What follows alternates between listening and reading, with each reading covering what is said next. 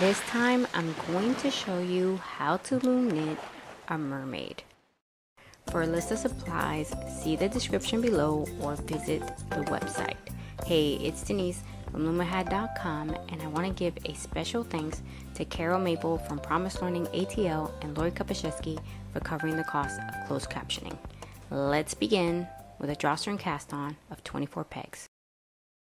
We're going to be knitting with one strand of worsted weight yarn, and I'm going to use a simple knot to secure that working yarn to the anchor peg, and then you're going to take it between the first and last peg, bring it back forward again, and we're going to zigzag between every other peg.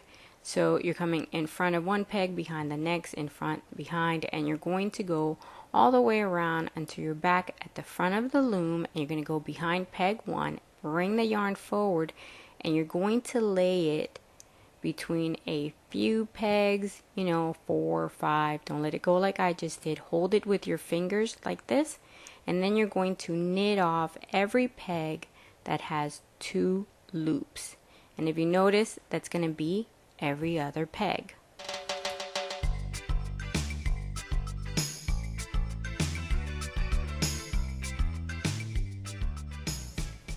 After you knit off peg 24, you are done with your cast on and you're ready for row 1. So here is peg number 24, and next to it, of course, is peg 1, which doesn't have 2 loops. So you're going to take the working yarn and you're going to lay it between peg 1 and peg 2. And you see peg 1 only has 1 loop, and here peg 2 has 2. So you knit off peg 2. And then you're going to continue using the U-wrap version of the knit stitch to knit the rest of the pegs. So you half wrap and knit off, and you half wrap and knit off. Keep going.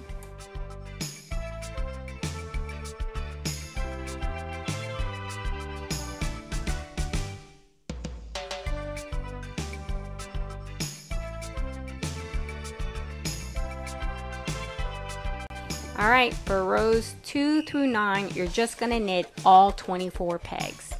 Keep knitting.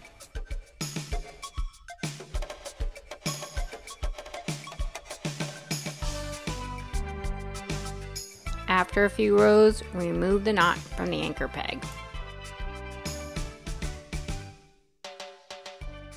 Once you're done with row 9 and we're ready for 10, things are going to change. We're going to start knitting flat. So normally you would go from here to here, but since you're going to knit flat, which means back and forth instead of in the round, we're going to turn around and go in the opposite direction. Still using the U-wrap version of the knit stitch.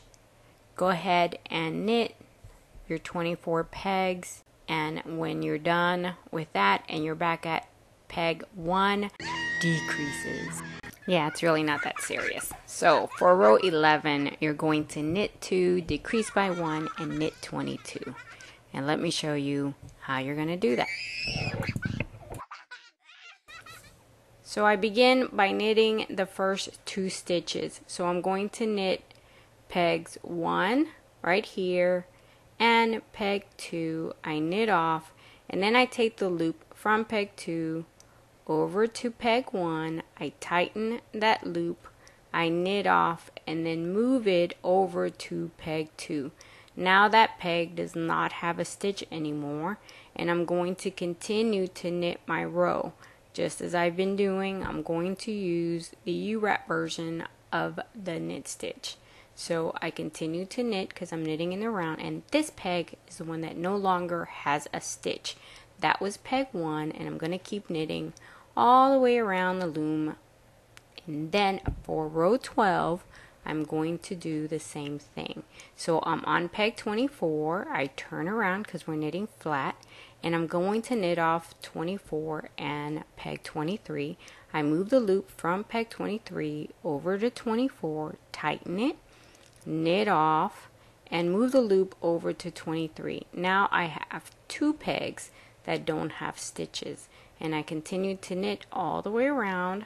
Now I'm on row 13, and I'm going to do the same thing.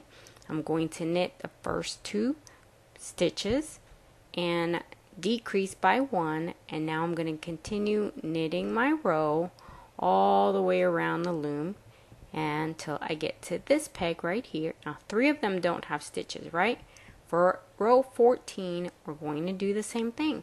We're going to knit off those first 2 pegs, move the loop over, knit off, and move the loop back. And now you have 4 pegs that don't have stitches and 20 that do.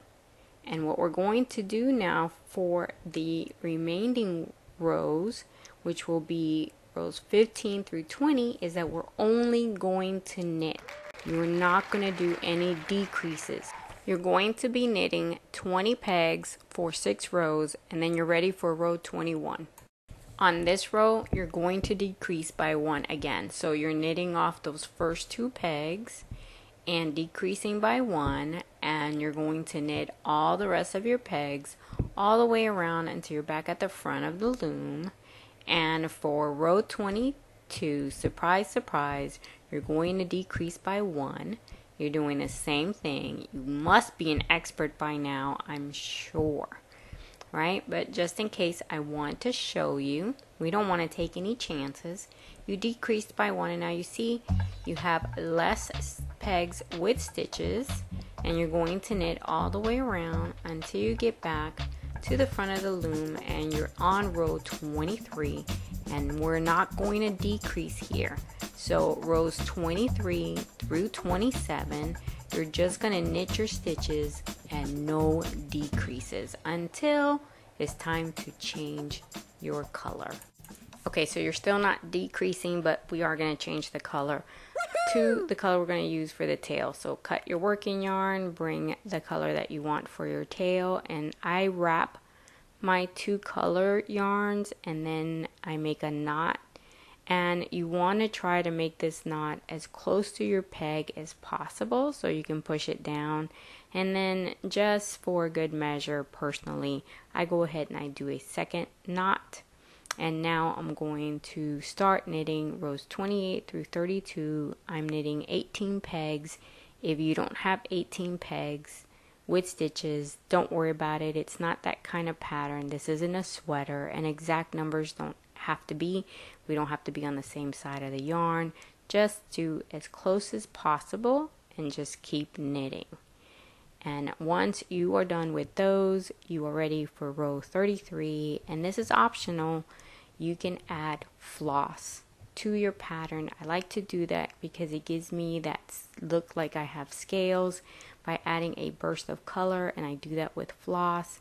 You don't need to do this, but I'm going to add floss, and I'm also going to add some glitter with some thread.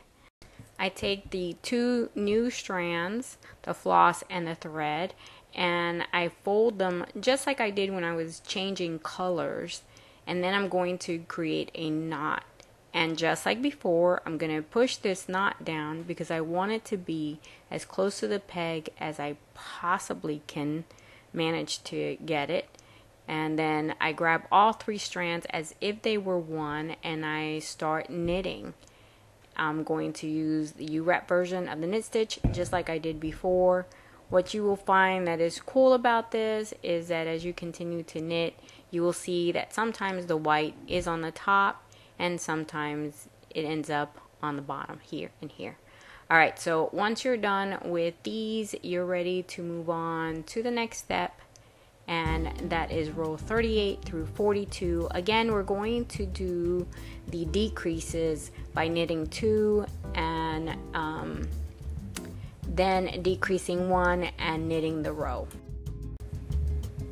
This should take you down to only 13 pegs with stitches, but again, if it doesn't, if you have more or less, don't panic, just keep knitting. Some of you might have noticed that I have locking stitch markers on the inside of my work. It's just helping me keep count. So every 10 rows I add a stitch marker, and then I don't have to count those rows when I'm trying to confirm how many rows I knit.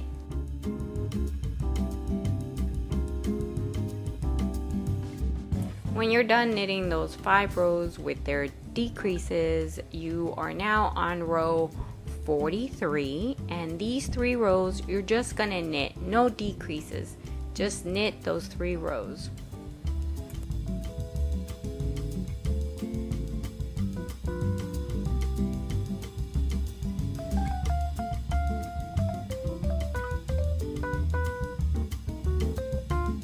Once you're done with those rows, you should be on row 46, and rows 46 through 54 you're going to again decrease by 1 peg on every row. When you're done, you'll be on row 55, and I have 4 pegs left. If you don't panic. Whatever number of pegs you have left, we're going to knit a row, in my case 4 pegs. So I'm going to knit my 4 pegs, and then I'm ready to cast off. So I'm going to take the working yarn and I'm going to stretch out about 5 or 6 pegs, and I'm going to cut. And now with my hook, I'm going to scoop up that working yarn through every peg, because I'm going to do a drawstring cast off or gathered method, whatever you want to call it. And then I take those loops off the pegs, and my work is now free of the loom. And very important, you need to stretch your stitches. So all that means is to take the fabric and stretch it, because otherwise you'll have the wrong size and your fabric will look really funky. Alright, I wanted a close-up of those little scales that I made with the floss because I think it's so cool. It's time to make the fin, and we're going to cast on 11 pegs. But unlike last time, this time we're going to work flat. So go ahead and secure your yarn to the anchor peg. I'm making a regular knot, and I'm going to zigzag until I have 11 pegs. And then I'm going to take that working yarn and lay it flat like I did before, and I'm going to knit off every peg that has 2 loops. Again, like, you know, peg 1 is weird.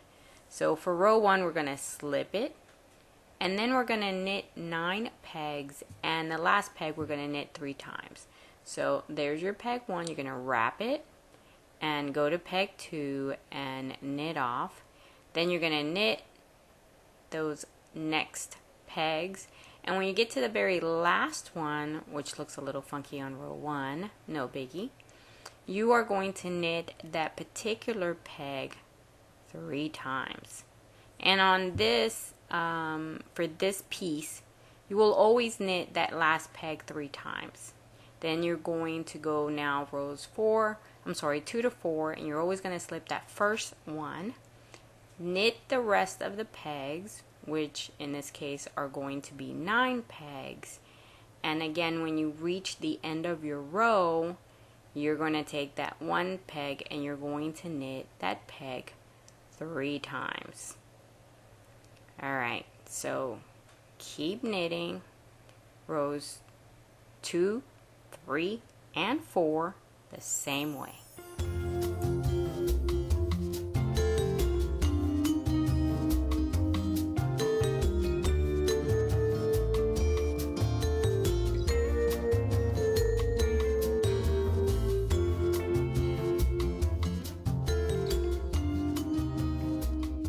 Before starting on the next part of this piece, I want to give you a quick summary of the steps just to make it easier. So this is the middle peg. Since we have 11, there is a middle peg. We're going to go from this peg 1 and knit an additional 4, go back, then knit 3, go back, knit 2, go back, knit 1, go back. Then we're going to knit all the way back to the other side, and we're going to do the same thing. Knit 4, go back, knit 3, go back, knit 2, go back, knit 1, go back, and then go all the way back to the front, and then you'll be done. Alright, so let's start. Here it is in writing, so that you have another way of knowing what we're going to do. I'll give you a minute to read it. Always remember that you have the power to pause. Alright, so let's start. We're going to get the working yarn, and we're going to knit. You're slipping the first peg, and you're going to knit 4, right? Here's 3, and here's 4. Now you're going to turn around, This is the middle. You're not going to knit that one. You're going to turn around, and those 4 pegs that you just finished knitting, you're going to knit them again. And remember that here, the last peg, which is your 5th peg in this row, you're going to knit 3 times, because the last peg you always knit 3 times. So here's my 3rd one, and now I'm going to knit back again. This time I'm only going to knit 3 pegs. So 1 peg, 2, and here's my last one, which is 3. And now I'm going to turn around, and those 3 pegs that I just knit, I'm going to knit them again. So 1, 2, 3, and now my last peg, I know you know what we're doing. We're going to knit 3 times. So there's 2, and here's 3. Alrighty, now we're going to go back, except this time we're only going to knit 2 pegs. So 1, 2, go back, 1, 2, and knit the last one 3 times. And this time we're only going to do 1. So 1, knit it again, go back, knit your peg 3 times, and we're going to turn around now. We're going to knit all of the next pegs, all of them, all the way till you get to the edge. If you're counting my pegs, you'll see that I have an extra one. I did go back and fix it, so don't count my pegs on this clip. You'll see them on the next. Alright, you're now on the other side, and so rows 14 through 22, you're going to repeat the same thing. You're going to do exactly what you just did, right?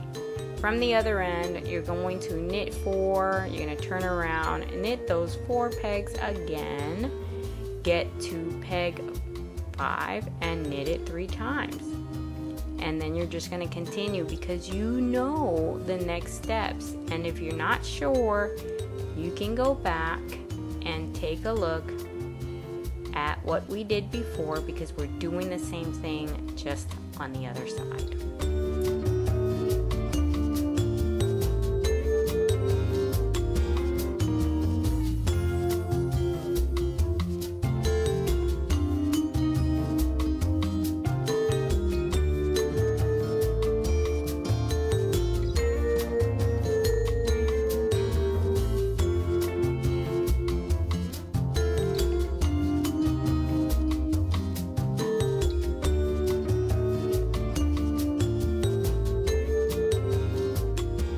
And when you finish that, we're ready to cast off. So take the working yarn and lay it over all of your pegs, including an extra few, 4 or 5 of them. Cut the working yarn, and just like before, we're going to scoop that yarn and thread it up through each peg. Now I'm using the hook here. I actually prefer to use a needle, but well, economy of tools. Then take the loops off the peg, stretch your stitches. This one might feel a little odd compared to the other one, and you'll see that your fin takes shape. You're going to then pull on those threads, because you need to neaten things up. Pull on the string, but make sure not to create a tube. You're just straightening out your stitches. These are the cast on stitches and the cast off stitch, and just pull it, and you see that it takes shape. If you pull too hard, you're going to get a tube. It's going to completely just roll up into a tube, so be careful. This one up here at the top, you just want to create like a circle but not a tube. Snap your finger and your needle will be threaded already with your yarn, the working yarn. You're going to take it and you're going to feed it through those top loops. You want to then pull on that until it creates a circle, and you want to close it up nicely. There you go. That's done.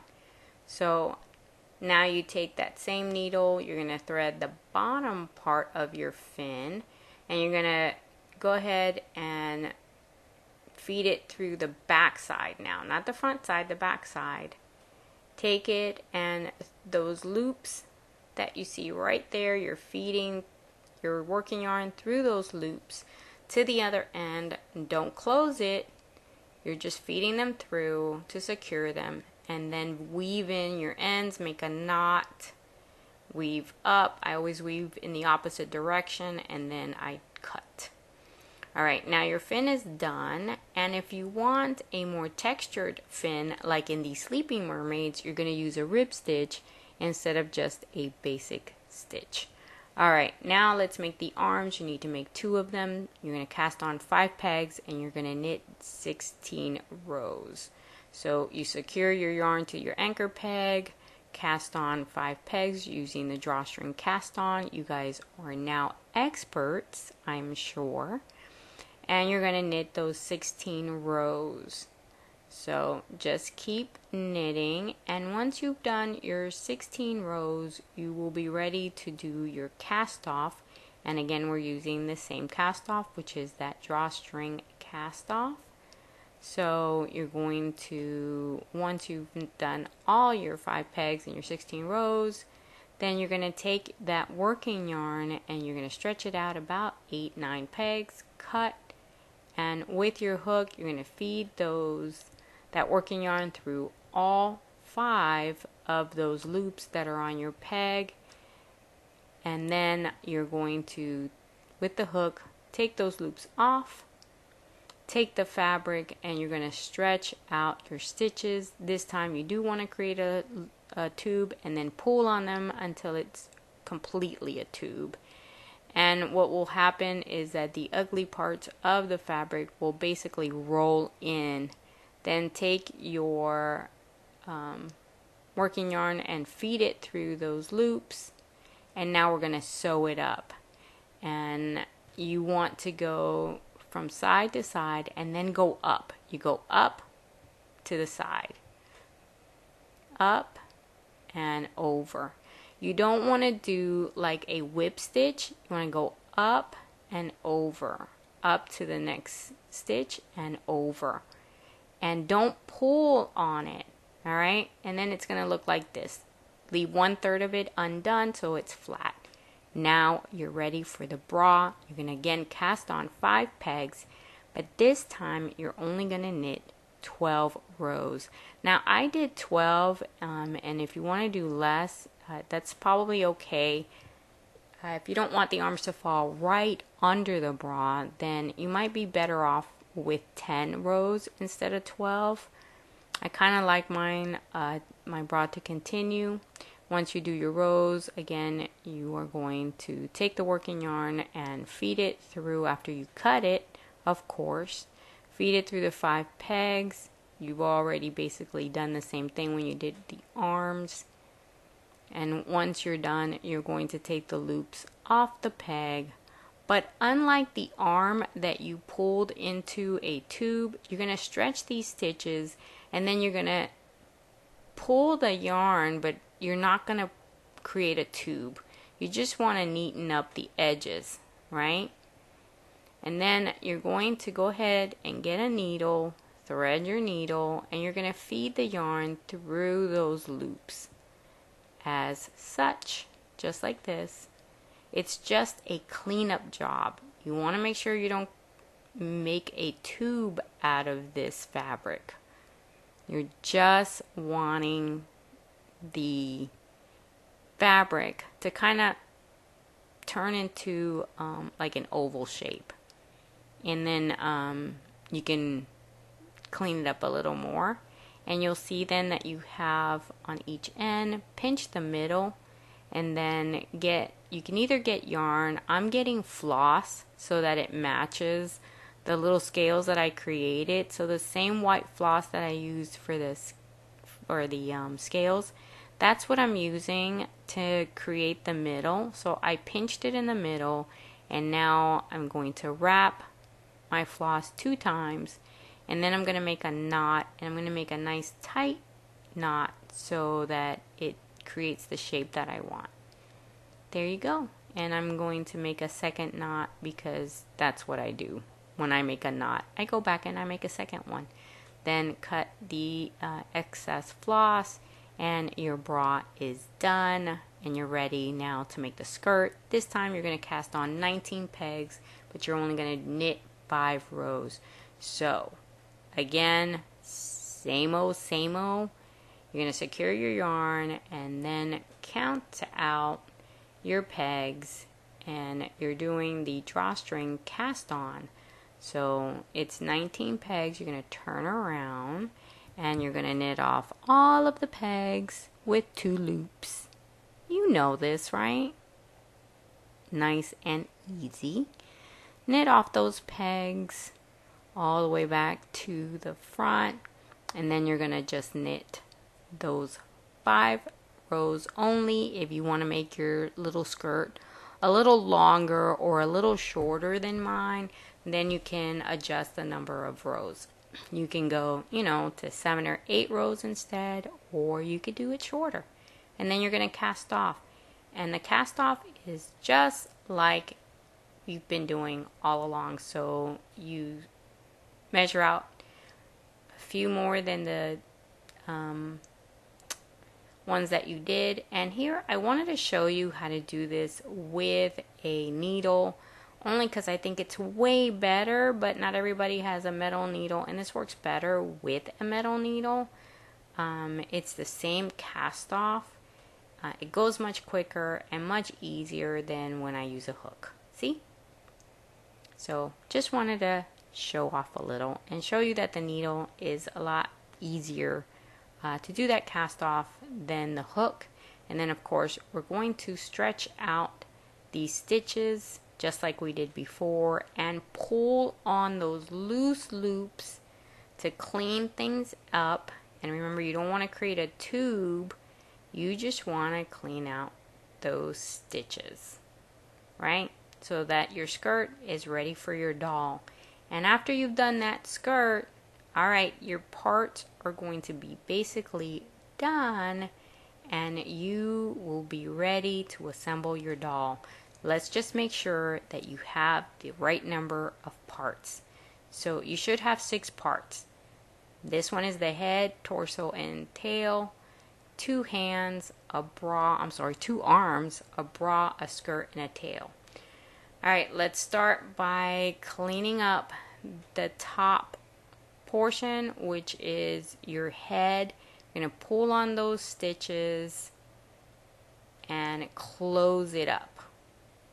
Right? Just like you would close up a hat, you're going to close up this top. Same way. Close that little circle as much as you can, and then put your working yarn on a needle, and you're going to take that working yarn and you're going to feed it through all of the loops that are on the top, because you want to close this up really good. You don't want any opening of any kind.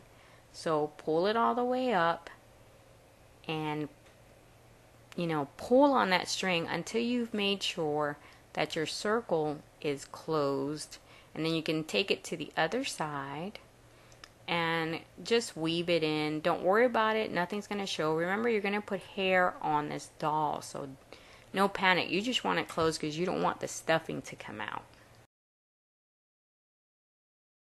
Then feed the needle up until it's at the part of the fabric where you started knitting flat. Now you have 2 sides, and you're going to take your needle over and then upward, over and then upward, and you're bringing two stitches, one from each side, a row, to make it look good, and basically roll the yucky part of the fabric inward so that you can keep sewing down until you have sewed all of this skin tone color, until you sew all of it, and then you're ready to start stuffing.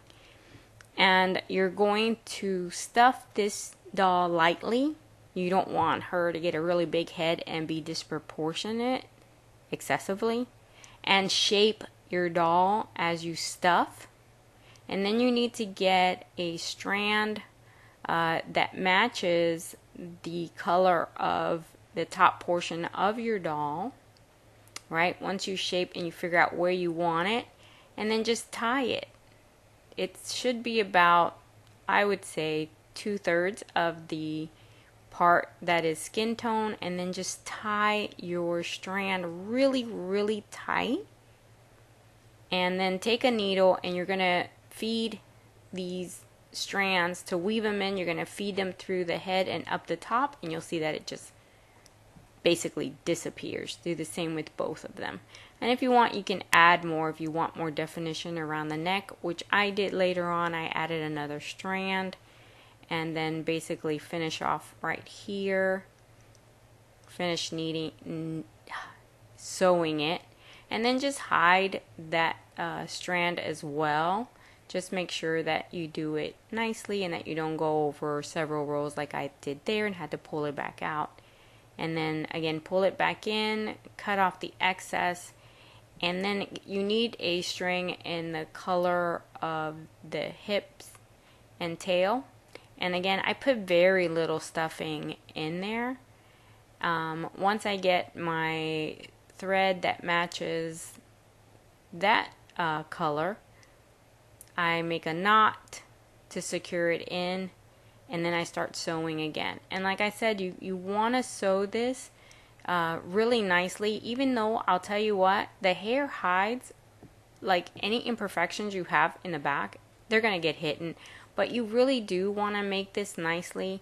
You might decide to put a ponytail instead of long hair. So making it nice and neat is much better. You see that I go from one side, I go up and then over. So it's really important to do that. You first go up and then you go over, because that's going to hide your string. You don't want to do like a whip stitch, because that's not going to look good on this. And as you can see, it's working out nicely, and the yucky part of the fabric stays inside, and it's not perfectly hidden, but I think I did pretty good. Alright, and you're going to go all the way until you're down at the bottom, and you want to weave in that leftover yarn from when you were doing that tail, and now you're going to attach the fin to the bottom part of your doll. And this one can be a little tricky for some people, because you do want to continue to roll those two sides together, and at the same time you want to attach your fin, which is wider.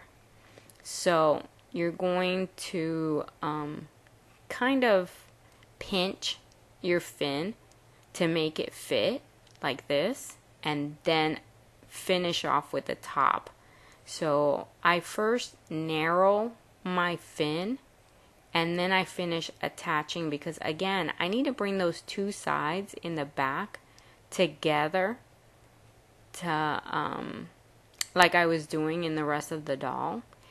And I'm attaching the fin. So I first work the back, and then I come to the front and I go through those stitches, those loops that you see on the end of the doll. I go through those loops and I run my yarn through on my thread, and then just feed them through so that they hide. And you're going to do the same thing with the other one, because you're going to have two of them. So use this time actually to fix any imperfections you might find on your fin or the bottom of the doll. And there you have most of it done. Now we need to attach the arms, and remember that we left the top flat. This is new for me. I didn't do this before, but I kind of like it better. I like the way it looks better when it's flat on the top. And I attach it to the per se shoulders of the doll, and I pin them just so I could take a quick look at them before I make it permanent. Then of course you need to thread your needle with the working yarn, and what I'm going to do is initially I'm going to feed this one from one side to the other. I'm going to do the same thing, and I am per se sewing the arms of the doll with the working yarn from the opposite arm, and I feel it's just more secure that way. At the end I'm going to go ahead and I'm going to make a knot with the two strands of yarn to give it an even more secure I don't know, feeling for me that it is going to stay there. And then I'm going to feed those up into the head like I did before. And now to put the bra, I just get a crochet hook and feed it this way. You don't have to do this, but I find that they stays in place much better. That when I didn't do this, they would just like come up and down and just be all over the place. And this just seems to be a neater option. And then I create a little bow in the back. You can just cut off the string altogether if you want to. I kind of like having the bow there. And now it's time to do the skirt. So the first thing I want to do is take the string from the bottom and feed it through. Make a knot and cut it off because I only need one. I only need the string on the top. And then I thread a needle and I attach the two sides to the doll, first in the front, and then I go around the doll. And again, this is something that you don't have to do, but I want to make sure that my skirt is secure, and so I'm gonna go completely around the doll and attach it. I would normally just do like one part in the front and one part in the back, and that's it, but I think it's better to just go completely around the doll and make sure your skirt is not going to come off, especially, you know, some kids are just more playful than others. For some people, this is not a kid that's getting the doll, it's another adult. So, you know, it's going to have to be up to you. I prefer to do that. And there you have it. Now we just need to do the face. And I put pins to let me know where I want the eyes and the nose. And basically I target one stitch that has a knot, by the way, in the back. And I'm just going to take my floss, this is black floss, and I'm just going to wrap that one stitch over and over again until I have the shape of the eye that I want. Now, you can do any eye you want. This was the one that I wanted for this doll. I also made the sleeping mermaids, which their eyes were different. I have them with their eyes closed and some really long eyelashes.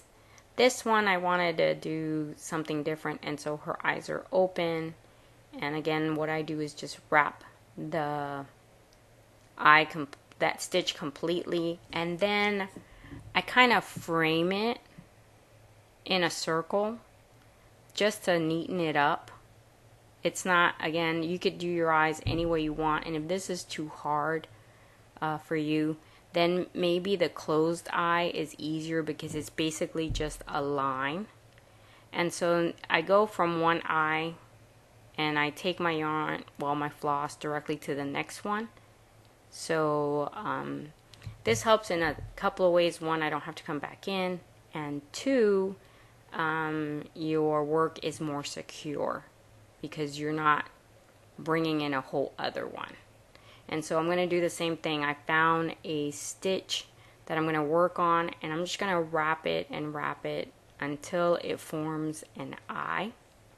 And once I have both my eyes done, then I can work on my eyelashes. So I go from that eye over to the other one, and I'm just going to put 3 lashes, but you can put as many lashes as you want or none at all. I mean, I think it would look a little funny, but it's your doll and you could do whatever you want, right? So I'm just going to put 3 on this side and 3 on the other, and I try to be pretty consistent, but you know, stuff happens and it doesn't always turn out that way. And so I go from one side again to the other side, where I'm going to put, again, 3 stitches. And they may not match perfectly the other ones, but I do try my best. I actually like them to match. And I probably would have put more on them, but, you know, I don't know, I didn't.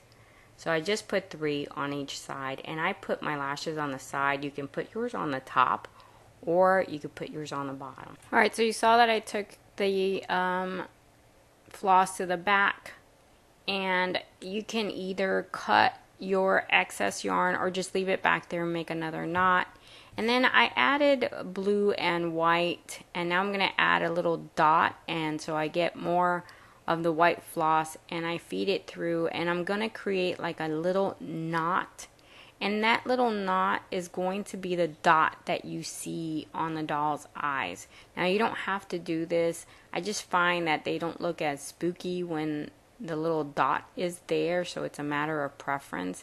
And again, it's nothing more than a knot. So I go from one eye to the other like I did everything else, and there's the dot, and I bring it over and I create like a little circle, and I put the needle through it, and that creates the dot.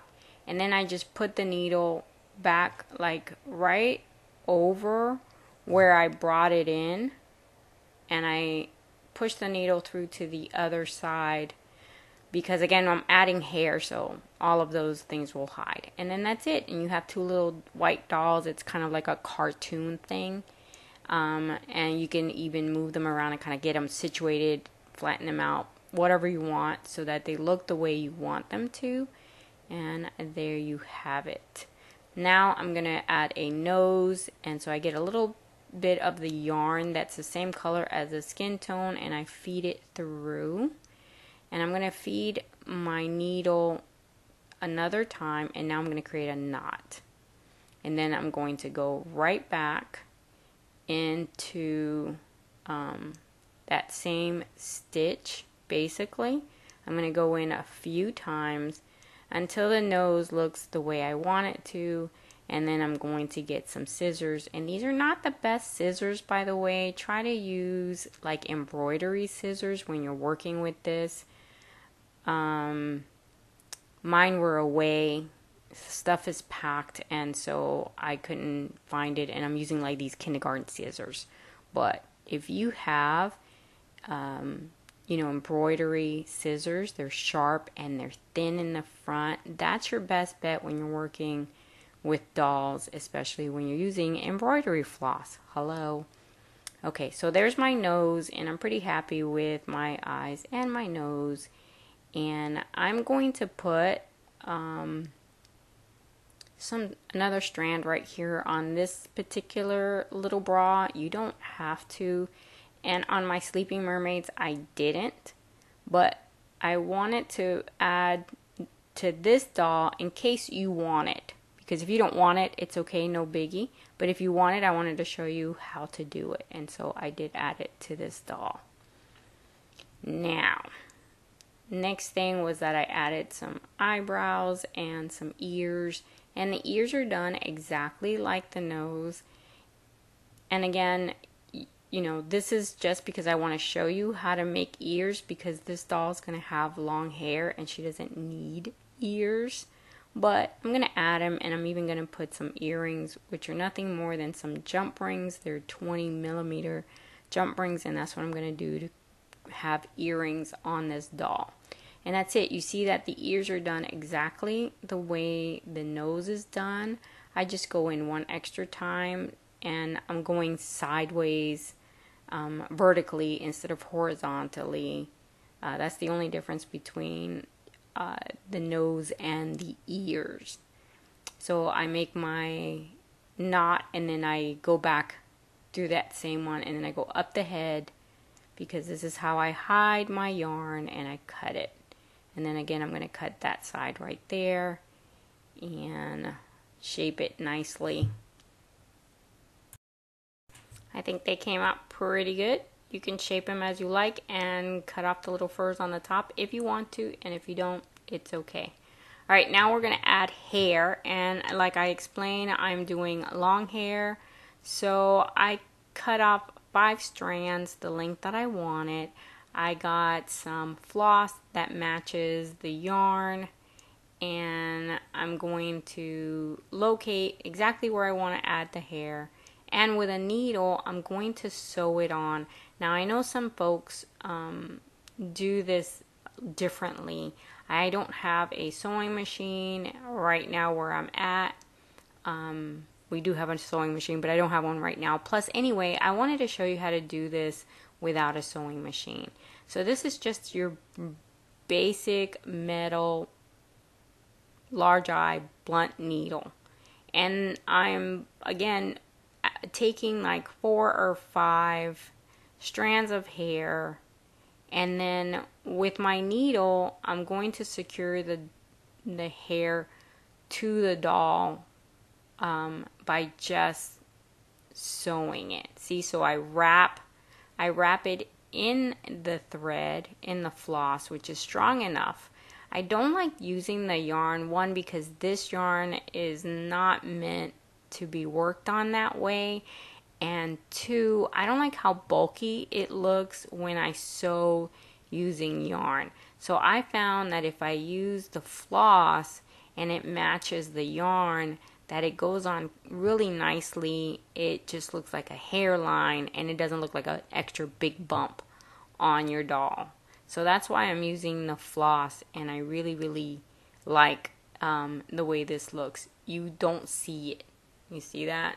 It goes on really nicely, and it just hides away. Now I'm going to go down this row, probably not all the way. As you can see, I'm here like midway. If I put the needle away and turn the doll around, you will see that she basically looks fine. Like, I could just stop right here and not add any more. I'm just going to put some glue. I do put hot glue just over the very top. But as you can see, you can just cut and you're done.